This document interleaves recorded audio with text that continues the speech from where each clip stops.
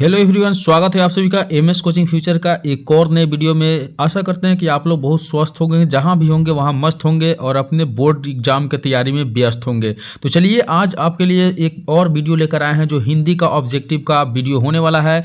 तो एक छोटी सी लाइन हम ले लेते हैं पहले कि हो के मायूस न यूँ शाम से ढलते रहिए, हो के मायूस न यूँ शाम से ढलते रहिए, जिंदगी भोर है सूरज सा निकलते रहिए, जिंदगी भोर है सूरज सा निकलते रहिए, एक ही पाँव पे ठहरोगे तो थक जाओगे, एक ही पाँव पे ठहरोगे तो थक जाओगे, धीरे धीरे ही सही राह पर चलते रहिए। बिल्कुल आप अपने कंटिन्यू तैयारी को जारी रखिए क्योंकि आपका एग्ज़ाम बहुत बेहतर जाने वाला है, यह हमें आशा है। क्योंकि आपको बता दें तो इस यूट्यूब चैनल के माध्यम से जो भी वीडियो आपको मिल रहा है वो बिल्कुल इम्पोर्टेंट वीडियो मिल रहा है। तो देरी किस बात के, आज ही यूट्यूब चैनल को सब्सक्राइब करके बेल आइकन को जरूर प्रेस कर लीजिए। और चलिए हम बढ़ते हैं वीडियो की ओर और आप लोगों के लिए हम लेकर आए हैं शानदार धमकदार ऑब्स्टूनिस्ट प्रश्न यानी ऑब्जेक्टिव प्रश्न जो आपके बोर्ड एग्जाम के लिए वेरी इंपॉर्टेंट होने वाला है। तो चलिए हम आज की वीडियो का पहला प्रश्न देखते हैं। दिया हुआ है कि प्रत्यय का संधि विच्छेद क्या होगा। देखिए आपके बोर्ड एग्जाम में 1 से 100 प्रश्न पूछे जाएंगे, जिनमें से किन्हीं 50 प्रश्नों का सही उत्तर देना होगा और उसके लिए हर एक प्रश्न में 4 ऑप्शन होगा जो आपको पहले से ही पता होगा। तो प्रश्न कहा गया है कि प्रत्यय के संधि विच्छेद क्या होता है। तो 1 नंबर प्रश्न का सही उत्तर प्रति जोड़ अय जो होता है प्रत्यय का संधि विच्छेद होता है। ऑप्शन बी बिल्कुल इसका सही उत्तर है। तो आप लोग मेरे साथ लगभग 10 से 12 मिनट समय बिताइए और इस 10 से 12 मिनट में आप अपने बोर्ड एग्जाम की तैयारी बेहतरीन तरीके से कर लीजिए। तो 2 नंबर प्रश्न दिया हुआ है कि देवेश का सही संधि विच्छेद क्या है। देवेश जो है इसका सही संधि विच्छेद क्या है यह पूछा जा रहा है।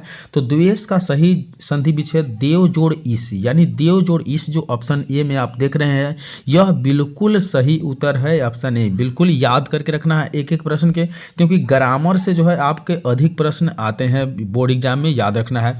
3 नंबर प्रश्न दिया हुआ है कि अतयुक्ति में किन किन वर्णों की संधि हुई है। अतयुक्ति में किन किन वर्णों की संधि हुई है।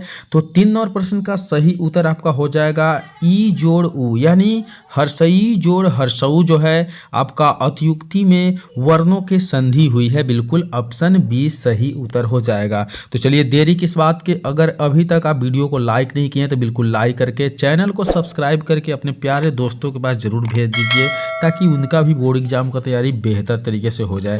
तो चलिए हम 4 नंबर प्रश्न देखते हैं। दिया हुआ है कि अन्वेषण का सही संधि विच्छेद क्या है। अन्वेषण का सही संधि विच्छेद क्या है। तो 4 नंबर प्रश्न का सही उत्तर जो होगा अनु जोड़ एसन।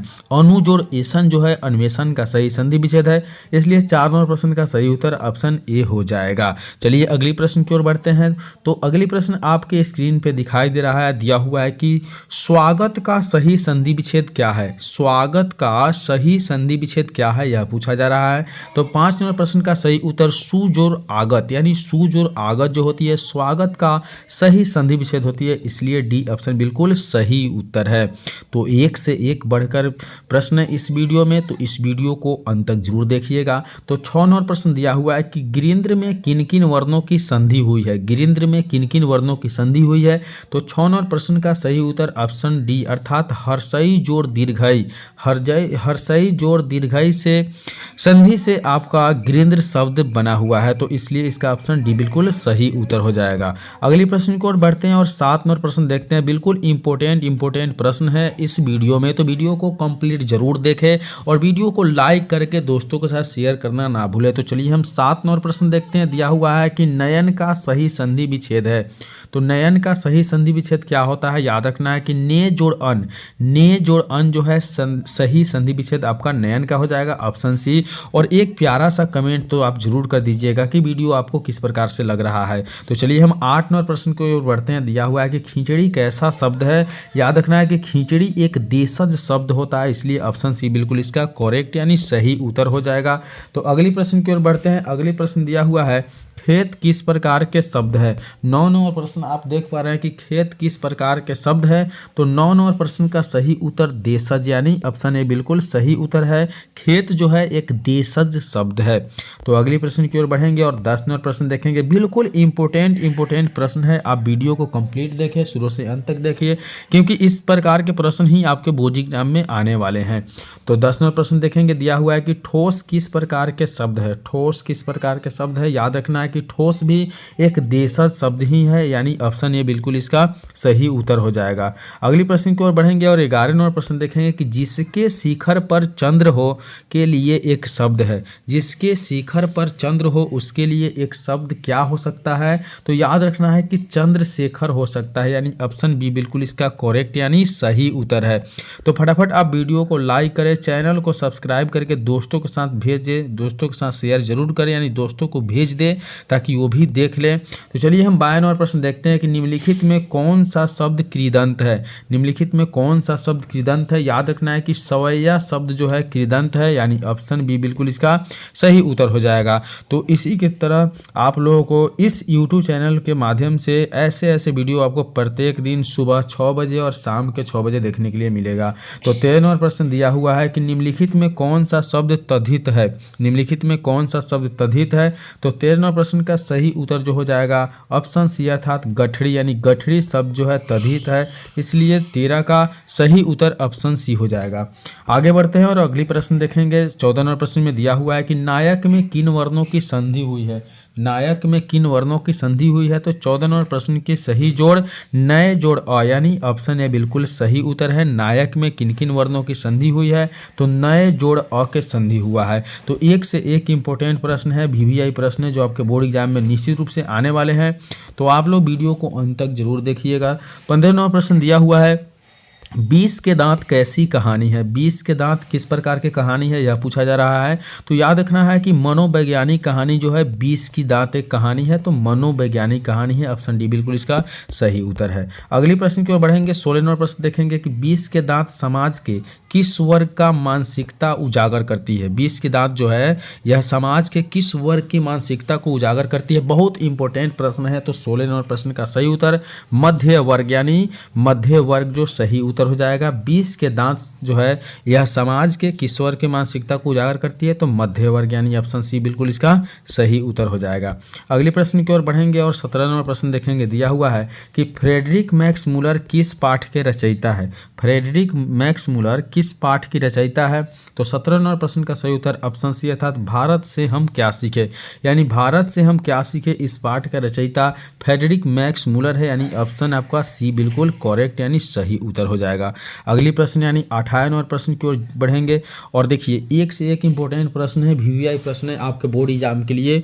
तो आप वीडियो को जरूर देखें शुरू से अंत तक और वीडियो को लाइक जरूर करना है। तो 28 नंबर प्रश्न आप लोग देख पा रहे हैं, दिया हुआ है कि मैक्स मूलर कहाँ के रहने वाले थे।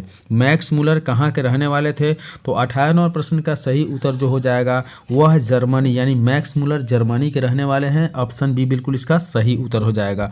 अगली प्रश्न की ओर बढ़ेंगे। 19 नंबर प्रश्न दिया हुआ है कि भारत कहाँ बसता है। याद रखना है कि भारत आपके गाँव में बसता है, ऑप्शन बी बिल्कुल इसका सही उत्तर हो जाएगा। तो आगे बढ़ते हैं और अगली प्रश्न देखते हैं। दिया हुआ है 20 नंबर प्रश्न की पारसियों में धर्म का क्या नाम है, तो पारसियों में धर्म का नाम जरथुम्न है। क्या है, जरथुम्न है, ऑप्शन डी बिल्कुल इसका सही उत्तर है। अगली प्रश्न की ओर बढ़ेंगे और 21 नंबर प्रश्न एक से एक इंपॉर्टेंट प्रश्न है, VVI प्रश्न आपके बोर्ड एग्जाम के लिए। तो इस वीडियो को अगर कंप्लीट आप देख लेते हैं तो निश्चित रूप से आपके बोर्ड एग्जाम में अच्छे अंक प्राप्त हो जाएंगे। तो 21 नंबर प्रश्न आप देख रहे हैं कि नाखून क्यों बढ़ते हैं, किस प्रकार के निबंध है। तो याद रखना है कि नाखून क्यों बढ़ते हैं, किस प्रकार के निबंध पूछा जा रहा है, तो ये ललित निबंध है। नाखून क्यों बढ़ते हैं, ऑप्शन ए बिल्कुल इसका सही उत्तर है। अगली प्रश्न 22 नंबर प्रश्न देख रहे हैं। दिया हुआ है कि हजारी प्रसाद द्विवेदी किस निबंध के रचयिता है। तो हजारी प्रसाद द्विवेदी नाखून क्यों बढ़ते हैं, यानी नाखून क्यों बढ़ते हैं, इस पाठ के रचयिता आपके हजारी प्रसाद द्विवेदी जो है, ऑप्शन बी आपका बिल्कुल सही उत्तर हो जाएगा। अगली प्रश्न 23 नंबर प्रश्न देखेंगे। दिया हुआ है कि अल्पज्ञ पिता कैसा जीव होता है। अल्पज्ञ पिता कैसा जीव होता है, तो याद रखना है कि दयनीय जीव होता है, ऑप्शन ए बिल्कुल इसका सही उत्तर है। एक एक प्रश्न जो है इंपॉर्टेंट है यानी महत्वपूर्ण है। तो आप वीडियो को अगर कंप्लीट देख के जाते हैं तो निश्चित रूप से आपके बोर्ड एग्जाम में इसमें से प्रश्न 10 से 20 रहने वाले हैं। तो 24 नंबर प्रश्न दिया हुआ है कि दधीची की हैडी से क्या बना था। दधीची की हैडी से क्या बना था, तो 24 नंबर प्रश्न का सही उत्तर ऑप्शन सी अर्थात इंद्र का वज्र वज्र बना था। क्या बना था? इंद्र का वज्र। अगली प्रश्न यानी 25 नंबर प्रश्न की ओर बढ़ेंगे। दिया हुआ है कि बल्ली अमाल क्या नहीं जानती थी। तो बल्ली अमाल आपको बता दे तो वह लड़ना नहीं जानती थी। ऑप्शन डी बिल्कुल इसका सही उत्तर हो जाएगा। अगली प्रश्न की ओर बढ़ेंगे और 26 नंबर प्रश्न देखेंगे कि पहले दिन पापाती को था, पहले दिन पापाती को क्या हुआ था? तो बुखार हुआ था। ऑप्शन सी बिल्कुल इसका सही उत्तर है। बिल्कुल इंपॉर्टेंट प्रश्न है, एक से एक बढ़कर प्रश्न है आपको बोर्ड एग्जाम के लिए। तो अगली प्रश्न की ओर बढ़ेंगे और 27 नंबर प्रश्न देखेंगे कि धरती कब तक घूमेगी में कहानीकार है। तो धरती कब तक घूमेगी की कहानीकार कौन है? तो सांवर दैया द्वारा लिखा गया कहानी जो है धरती कब तक घूमेगी। ऑप्शन डी बिल्कुल इसका सही उत्तर हो जाएगा। अगली प्रश्न यानी 28 नंबर प्रश्न दिया हुआ है कि धरती कब तक घूमी कहानी है। तो धरती कब तक घूमेगी ये किस प्रकार की कहानी है? तो ये एक सामाजिक कहानी है। ऑप्शन सी बिल्कुल इसका सही उत्तर हो जाएगा। एक एक प्रश्न जो है इंपॉर्टेंट है। तो अभी तक आप वीडियो को लाइक नहीं किए तो जरूर लाइक करके चैनल को सब्सक्राइब कर लीजिएगा। दिया हुआ है कि सांवर दैया की कहानी धरती कब तक घूमेगी का निर्णय विषय क्या है। तो सांवर दैया जी की कहानी जो है धरती कब तक घूमेगी इसका निर्णय विषय यह है कि यह एक प्रकार के राजस्थानी समाज है। क्या है? राजस्थानी समाज, यानी ऑप्शन बी आपका बिल्कुल सही उत्तर हो जाएगा। अगली प्रश्न की ओर बढ़ेंगे और देखेंगे। दिया हुआ है 29 नंबर प्रश्न की धरती कब तक घूमेगी की नायिका है। तो धरती कब तक घूमेगी इसकी नायिका जो है ऑप्शन सी अर्थात सीता है। बिल्कुल करेक्ट आंसर है। तो अगले प्रश्न की ओर बढ़ेंगे। 31 नंबर प्रश्न देखेंगे। दिया हुआ है कि सवाल तो डैश डैश का है, सवाल किस चीज़ का है यह पूछा जा रहा है। तो याद रखना है कि सवाल तो रोटी का ही है, यानी ऑप्शन ए बिल्कुल सही उत्तर रोटी हो जाएगा। याद रखना है, ठीक है। एक से एक इंपॉर्टेंट प्रश्न है। तो अगले प्रश्न की ओर बढ़ेंगे और 32 नंबर प्रश्न में दिया हुआ है कि मछली किस कहानीकार की रचना है। तो याद रखना है कि मछली जो है विनोद कुमार शुक्ला का एक रचना है। ऑप्शन डी बिल्कुल इसका सही उत्तर हो जाएगा। अगली प्रश्न 33 नंबर प्रश्न दिया हुआ है कि मछली किस प्रकार की कहानी है। तो याद रखना है कि मछली एक प्रकार के सामाजिक कहानी है। ऑप्शन ए बिल्कुल इसका करेक्ट उत्तर यानी सही उत्तर हो जाएगा। अगली प्रश्न आप देख पा रहे हैं 34 नंबर प्रश्न दिया हुआ है कि महाविद्यालय पुस्तक से कौन सी रचना संकलित है। तो महाविद्यालय पुस्तक से कौन सी रचना संकलित है। तो 34 नंबर प्रश्न का सही उत्तर हो जाएगा ऑप्शन बी अर्थात मछली, यानी महाविद्यालय पुस्तक से कौन सी रचना संकलित है। तो मछली, यानी ऑप्शन बी बिल्कुल इसका सही उत्तर हो जाएगा।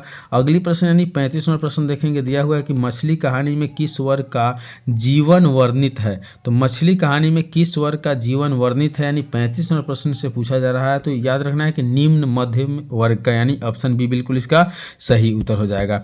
अगली प्रश्न बढ़ेंगे। 36 नंबर प्रश्न दिया हुआ है कि संतु नरेन आपस में कौन है। संतु और नरेन आपस में कौन है। तो 36 नंबर प्रश्न का सही उत्तर हो जाएगा भाई भाई, यानी ऑप्शन ए बिल्कुल इसका सही उत्तर हो जाएगा। अगली प्रश्न की ओर बढ़ेंगे और 37 नंबर प्रश्न देखेंगे। दिया हुआ है 37 नंबर प्रश्न फिर से एक बार हम देख लेते हैं, ठीक है। 37 नंबर प्रश्न दिया हुआ है कि नौबत खाने, क्या है? नौबत खाने में इबादत पाठ के लेखक कौन है। तो याद रखना है कि इस प्रश्न का सही उत्तर यतीन्द्र मिश्रा, यानी नौबत खाने में इबादत पाठ के लेखक यतीन्द्र मिश्रा। ऑप्शन बी बिल्कुल इसका सही उत्तर हो जाएगा। अगले प्रश्न की ओर बढ़ेंगे। 38 नंबर प्रश्न है कि बिस्मिल्लाह खां का असली नाम क्या था। याद रखना है कि बिस्मिल्लाह खां का असली नाम जो था वह अमीरुद्दीन था। क्या था? अमीरुद्दीन था। ऑप्शन डी बिल्कुल इसका सही उत्तर हो जाएगा। अगली प्रश्न 39 नंबर प्रश्न दिया हुआ है कि बिस्मिल्लाह खां का जन्म कहाँ हुआ था। तो याद रखना है कि बिस्मिल्लाह खां का जो जन्म था वह डुमराव गांव में हुआ था। ऑप्शन सी बिल्कुल इसका सही उत्तर है। अगली प्रश्न यानी 40 नंबर प्रश्न देखेंगे। दिया हुआ है कि भौर पेट में कौन सा समास है। याद रखना है कि भौर पेट में जो है आपका अव्ययी भाव समास है, यानी ऑप्शन ए बिल्कुल इसका सही उत्तर है। तो इस प्रकार से आप इस वीडियो में 1 से 40 प्रश्न देख लिए। वीडियो लंबा हो जाता है इसलिए हम वीडियो को शॉर्ट ही बनाया है ताकि आप लोगों को देखने में कठिनाइयाँ नहीं हो। तो इस प्रकार के लगातार वीडियो देखने के लिए आप इस यूट्यूब चैनल को सब्सक्राइब जरूर करें। चलिए मिलेंगे अगले वीडियो में, तब तक के लिए बाय।